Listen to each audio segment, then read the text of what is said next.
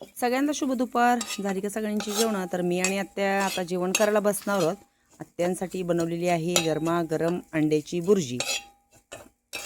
तर कशी वाटली तव्यातली गरमागरम अंड्याची बुर्जी कमेंट्समध्ये सांगायला विसरू नका. आणि इकडे असा छानपैकी ठेचा बनवलेला आहे मिरचीचा, लसूण, थोडंसं शेंगदाण्याचं कूट घालून मिरच्या भाजून घेतल्यात.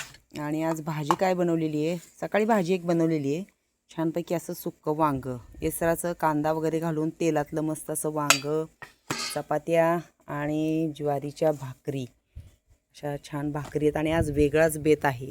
तर आज आमच्याकडे बेत आहे बिर्याणीचा.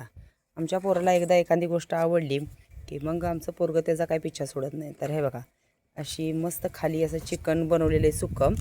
आणि ही बिर्याणी मी कशी बनवली ह्याची तुम्हाला रेसिपी जर हवी असेल तर मी काय करणार आहे, अजून मस्त छान अशी गरम आहे बघा, वाफ निघते खालून.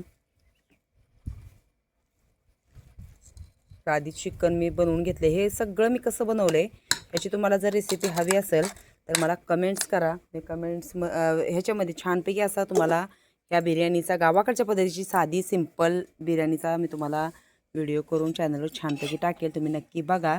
तर मग आवडली का आत्यांना केलेली गरमागरम बुर्जी आणि ही माझी वांग्याची भाजी. आत्या चला आम्हाला जायचं आहे. वातावरण दाखवते मी तुम्हाला. आज आभाळ आले, बरं झालं आज खूप ऊन कमी लागते, वारं छान, म्हणजे आम्ही उडून जायची वेळ आली असं वारं सुटलं. तर आम्ही दोघी जाणार आहोत आता. ते काय झाले, मका केलेली आहे का तिथे थोडी मका आहे, आज जाऊन ते काम करायचं, कारण ती मकाची जी चिपाडं पेटवून टाकायची आहेत. मग आम्हाला तिथली मका गोळा करायची आहे ना आत्या.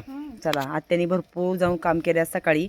माझा स्वयंपाक वगैरे होईपर्यंत आत्यानी हे केले, मी चाकू घासायला टाकला आता थांबा.